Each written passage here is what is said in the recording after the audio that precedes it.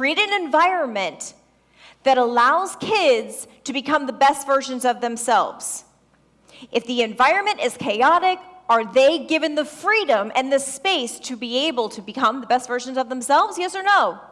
No. So it comes down to this classroom management. It comes down to being an effective communicator versus just a communicator. So that's actually going to be our first topic that we're going to talk about. Effective communication versus just communication. Right? This is what we see sometimes. Sydney, can you just be a communicator? Sure. All right, I want you guys to envision that I'm walking into the classroom. I'm inspecting what I expect. And here I see Coach Lauren, and she's sitting in a chair. Oh, wait. This would be just being a communicator. Hey, you're not supposed to be in chairs. I need you up. Hey, like, get up right now, and then go ahead and put that chair back. Okay, thanks, I need to be at the front. How was that for communication? Did she tell the coach what to do? Yes. Was it effective? No. Because here's the other thing too, is sometimes people like to rule with like a drill sergeant approach. Hey, I need you to do this right now. Did I communicate? Yes. Was it effective? Maybe. It might be. Why? Because every human communicates differently. If you got some, like maybe a law enforcement or somebody that's military that's in there, they're going to go, yes, sir, you got it. I'm on it, right? But if you have somebody that you're bringing onto your team that's not their background, that's not how they're used to being spoken to, is by this direct, like drill sergeant type of approach, they're going to shut down. And then that is when you have team members who do not want to work for you anymore. And you go, I don't understand. I told them what to do, and they just don't know they just don't do it. And you're like, right, well, let's talk about how you're talking to them. So let's make sure that we're all on the same page with effective communication versus just communication. So let's try that again. Be an effective communicator. Cool. All right, so you're walking back into the classroom. You notice that the coach is sitting in the chair. Hey, Coach Lauren. Hey. Yes. Everything okay? Yes. Oh, okay. What? Hey, so just so you know, you're doing a great job, but make sure that we're not in the seat. We want to make sure that we're always vigilant. We're on our feet. We're able to get these students, make sure that we catch things before they happen. Oh, that's right. We just had a training on this last Friday. Awesome. Thanks for the reminder. Absolutely.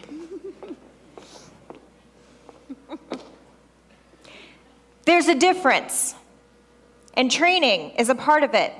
So on this note, let's before we start bringing, because I would love to have, obviously, we have tables and chairs up here, and they're not just sitting up here just for me, not all 12 chairs, no way, no, we're going to have some people up here. But before we do that, listen, let's get into the communication with a child, right? How many of you guys have had kindergartners in your program? First graders in your program? Second graders in your program, right? We've all had these kids in our programs. How many of you have had them drop an F-bomb?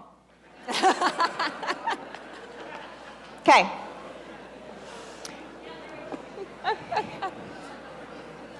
As you guys know, in our system, we teach there are some things that have a zero tolerance policy, right?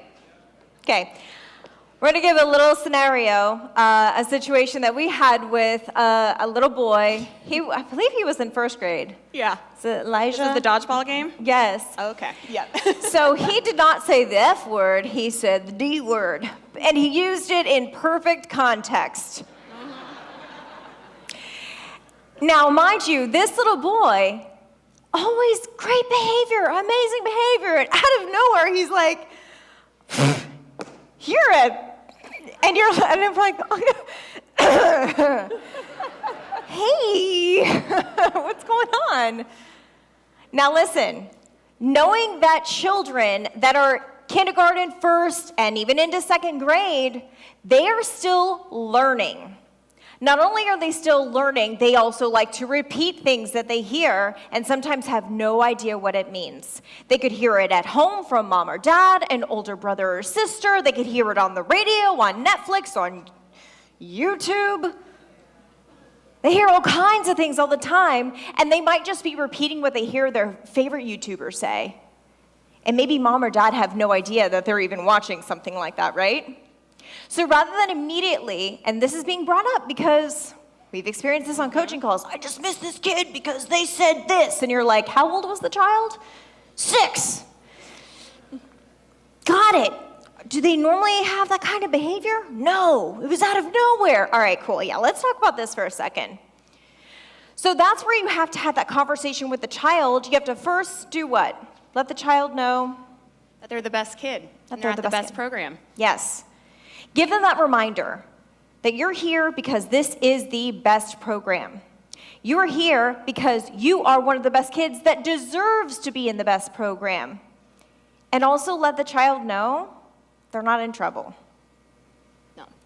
Because the moment that a child feels like they're in trouble, they're going to shut down and they are not going to want to talk to you. And that's when we talk about the difference between communication and effective communication. If the child feels like I'm threatened, they're not talking to you. They might cry, they might scream, they might just go hide in a corner somewhere, and then you're not going to get anywhere with them. Now, what about that impact of a child that you end up dismissing? Let's say that this is a first-time occurrence. And this is something that I really want to drive home with you guys. First-time occurrence, kid says something or maybe they do something that is, whoa. They threw a tantrum out of nowhere. They're 5. And you dismiss them from your program. What happens? What happens? What happens to that child? You guys have all had things happen when you were 5 years old, yes? That you still remember to this day that had an impact on you? This is absolutely one of those things that can have a great impact on a child. Is by going, they have no idea why I'm dismissing them, but I'm dismissing them anyways. Because we don't have a tolerance for that. These kids' lives are in your hands right now, and how they feel about themselves. They're going to end up being the ones that come up to this mic to share a breakthrough that they have because they got dismissed from an after-school program and they don't know why. And they've been holding on to it. So let's make sure that we're being understanding and gracious with kids because they are ultimately children. All right, so let's walk through. What does that process look like? How does that conversation look with the parent? Ooh. So just keep in mind, not everything that happens needs a write-up. This is where we want to give grace in the beginning, especially when you have students that have never been in your program, and you do have that 5, 6, 7-year-old. Those 5-year-olds, friendly reminder, are coming straight out of daycare. They're going into kindergarten for the very first time. They have never had that structure. And now they're going to an after-school program, and they're with big kids. And that is super exciting. They're about to just walk in the door and just lose their mind because now they're with the big kids. So you're always going to start with grace, and you're going to talk to that parent first. Directors that are in here, talking with the parents. Keep in mind, you always want to keep that communication line open. So when you're seeing those parents come in and you're giving that friendly smile, you're letting them know that little Johnny, little Sarah is coming to the front, that's your opportunity to give praise or talk about what you're working on. It doesn't always need to be, hey, little Johnny or little Sarah did something not good, you're gonna need to address that at home. Okay, thanks, on to the next parent. No. Hey, we'll use my mom's name, Melody. Hey, Melody, welcome. Little Sydney did a really great job. If you want to step to the side just real quick for a second, I want to let you know we're just working on our language. You know, I don't know if he's hearing things at home or, watching any YouTube channels, but we always want to use kind words. And just so you know, he's not in any kind of trouble. We talked about it. Pause for a second. You have to let mom or dad know that the child is not in trouble and that it was already handled. If you don't let the parent know that the child is in trouble or wasn't in trouble, that parent, just like how the child will shut down, the parent is going to shut down. Mm-hmm. And they are automatically going to be on the defense. Automatically. They're going to go, I don't want to listen to what you have to say because my child is an angel. And you know what? Their child might be an angel, right? And that's fine. And this is a one-time occurrence. But if you try and tell them something differently without framing it as, listen, they're not in trouble, but I want you to know this is just open lines of communication because, again, we are all effective communicators here. From our coaches, to our directors, to our admin, to our parents, to our children that we're here, that we're serving every single day, communication is kept high. There is never a point in time where a parent should ever feel like they're in the dark or like they don't know what's going on. Because, like Sydney said, there are some times where it's not warranted for a write-up. Most of the time it's not, because most of the time it's something extremely minor. You're just keeping them informed because we'll give kind of an example that's not behavior-based. Oh. God, Sydney, I hit my leg. I hit it right here. Okay. All right. It's right here, and it hurts. Looks good. The bone's not sticking out. I don't Okay. need to do any kind of stitches or surgery, so okay. Maybe a little ice We pack. don't need a new leg, so we're good. So she's going to tell mom or dad about that because what's going to end up happening is the kid is going to go home and go, Mom, somebody threw a table at me when they were changing the room out, and it slammed me against the wall, and then Jacob jumped on me. And then you're getting a phone call, right? Mm-hmm. So we're not saying the kid lied. What we are saying is just like how you guys have your stories that you create about your own experience, just like how we had the demonstration up here of a wonderful lady taking a dump on a toilet and looking for toilet paper, and somebody else said she was driving a car, that child's experience is their truth. So you have to help to educate the parent first of what actually happened, fact-based. Not, I think that maybe kind of sort of this might have no, this is what happened, this is how it was handled. End of discussion. Mm-hmm. Does that all make sense?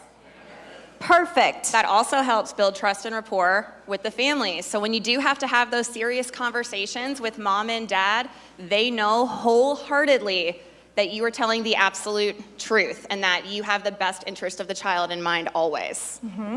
Yes, that's a fantastic point. This has to do with your team too. If you never give your kids praise and you never give your team praise and you only go to them when there is a problem, guess what you become? They want to avoid you. You're the nuisance. You're the annoying one. You're the boss. Parents start walking in like that. Like, you know you've got a situation when a parent starts walking in like this. Hey. Right? That's because you've only gone to them with problems and not with, hey, we had a great day today. We worked on making butterflies. Like, whatever it is. Right? So it's that, again, it's that constant communication that creates the environment for kids to become the best versions of themselves. So it starts in your business, it carries on into home, the conversation can continue at home because you are communicating with the parent what you're talking about in your program.